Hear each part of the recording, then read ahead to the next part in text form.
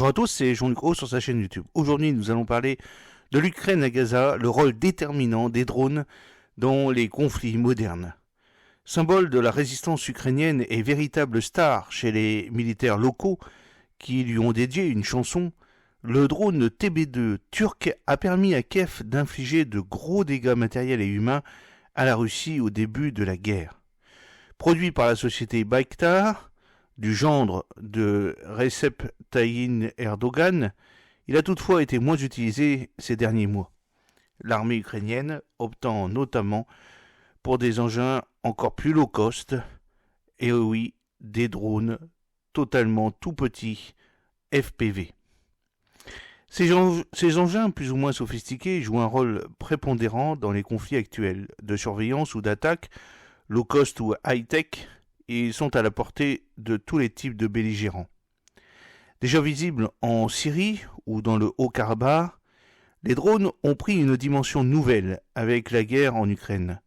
Symbole de cet essor, Kiev perd en moyenne 10 000 drones par mois sur le champ de bataille, selon le think tank britannique Royal United Service Institute.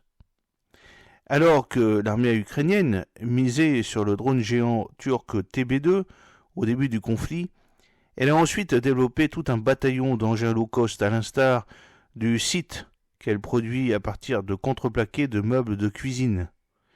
L'Ukraine a utilisé des drones pour mener à bien deux tâches principales, la surveillance et la collecte de renseignements et la propagande, notent les chercheuses de l'European Council of Foreign Relations, Ulrich Frank et Jenny Soderstrom. Des capacités XXL. La Russie n'est pas en reste. Son armée a bénéficié depuis février 2022 de plusieurs centaines de drones livrés par son partenaire iranien. Et Moscou, qui disposerait de plus de 100 types de systèmes sans pilote à différents stades de recherche, de développement ou de test, a infligé ces derniers mois des dommages importants à l'artillerie ukrainienne via son drone kamikaze Lancet. Le conflit entre Israël et le Hamas les a aussi mis en lumière. Le 7 octobre 2023, le groupe terroriste s'est servi d'engins low cost pour lancer son attaque. Et ses alliés houthis, qui sèment le chaos en mer Rouge, en sont aussi très friands. De la même manière, Tsahal a développé des capacités XXL, s'agissant de drones de surveillance pour quadriller Gaza. On est face à un game changer des conflits modernes, salue l'ingénieur franco-israélien David Harari, inventeur dans les années 1970 des premiers drones. Alors on parle beaucoup du TB2 turc, donc il y a une petite vidéo que vous pouvez revoir sur ma chaîne. Rayon d'action 150 km, charge 700 kg maximum. Symbole de la résistance ukrainienne et véritable star chez les militaires locaux qui lui ont dédié une chanson, le TB2 a permis à Kiev d'infliger de gros dégâts matériels et humains à la Russie au début de la guerre. Produit par la société Bayktar, du gendre de Recep Tayyip Erdogan, il a toutefois été moins utilisé ces derniers mois, l'armée ukrainienne optant notamment pour des engins encore plus low cost.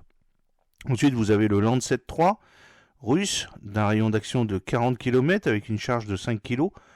Ce drone explosif, dont le lancement s'opère via une catapulte à ressort, s'est imposé ces derniers mois comme une arme de choix pour Moscou en Ukraine.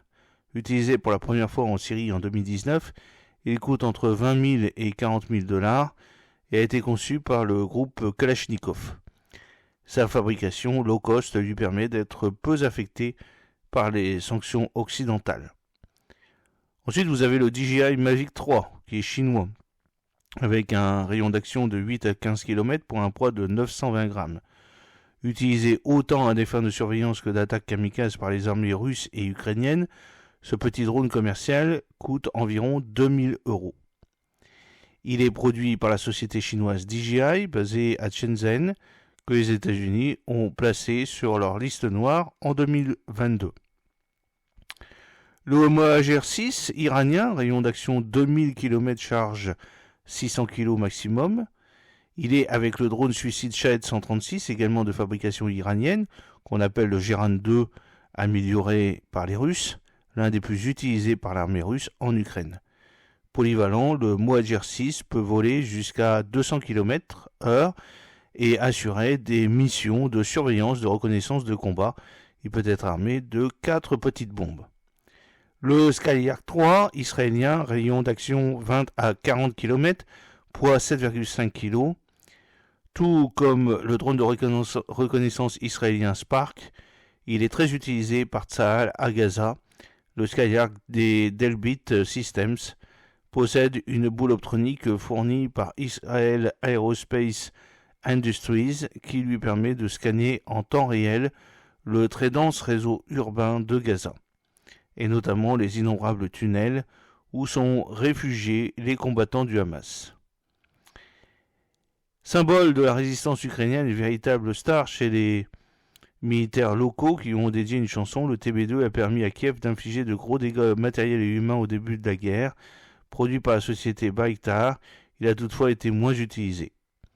Voilà, j'espère que cette petite vidéo rappelant les principaux drones utilisés de part et d'autre et dans les conflits modernes, mais il y en a des dizaines et des dizaines que nous n'avons pas évoquées et que vous pouvez retrouver dans toutes les autres vidéos de ma chaîne, vous a plu. N'oubliez pas de cliquer sur le pouce pour la promouvoir, de vous abonner si ce n'est pas encore fait, de partager cette vidéo sur vos réseaux sociaux.